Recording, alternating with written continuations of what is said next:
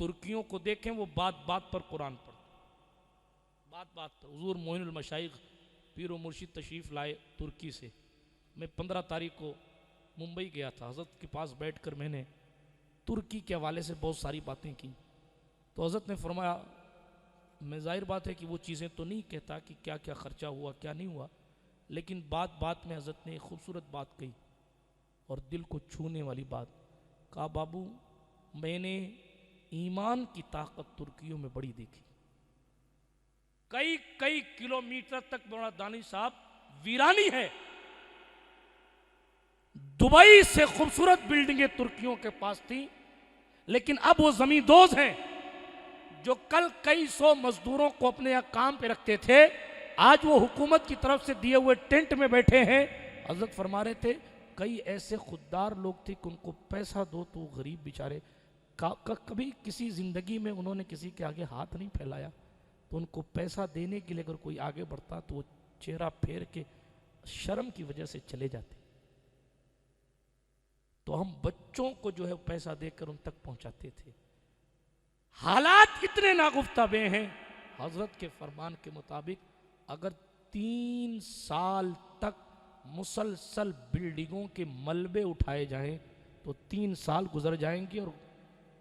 اس کے ملبے صاف نہیں ہو پائیں گے، اتنے کلومیٹر تک تباہی ہے۔ پھر بھی ایک جملہ، اتنی تباہی کے باوجود بھی کسی ایک کی زبان پر بھی اللہ کی ذات سے شکوہ نہیں ہے، وہ یہی کہتے بس اللہ راضی رہے، اللہ راضی رہے، اللہ راضی رہے، اللہ راضی رہے۔ پوری دنیا کو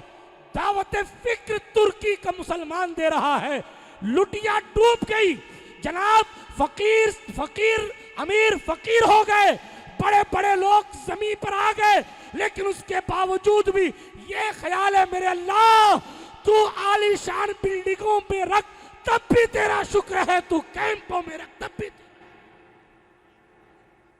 ہم کیا سیکھ رہے ہیں؟ یا تو سر میں درد ہو جاتا تھا کہ حضرات نماز پڑھنے اس لیے نہیں آتا کیونکہ میرا ماتھا دکھتا ہے، روزہ نہیں رکھتا کیوں؟ وہ بھوک بہت زیادہ لگتے، پھر روزہ رکھا اس لیے جاتا تاکہ بھوک لگے۔ مجھے چکر آ جاتے ہیں، میں کیا بھاٹے کا کام کرتا ہوں؟ فرشتے بھاٹے پھینک پھینک کے ماریں گے اگر اپنی زندگی میں صحیح معنوں میں حضور رحمت للعالمین صلی اللہ علیہ وسلم کی باتوں کی پاسداری نہیں کی۔ جی ہاں، پتھر سے کچلنے کا بھی عذاب ہے، سر کچلے گئے حضور نے دیکھیں خواب میں، تفصیلات میں نہیں جاتا، وقت میں گنجائش نہیں ہے، بات کو ختم کرنے کی طرف لے کر جاتا، لیکن سوچیں آپ، غور کریں، ایک وہ قوم ہے جس کو قرآن ہم سے آپ سے اچھا پڑھنا آتا ہے، وہ بات بات پر قرآن پڑھتے ہیں، ان کے راشٹرپتی کا قرآن سنو تو ایسا لگتا ہے کوئی ہمارے یہاں کا علامۃ الدہر قرآن پڑھ رہا ہے، اتنا خوبصورت لہجہ ہے قرآن پڑھنے کا، اس کے باوجود بھی بھوکمپ آ گیا۔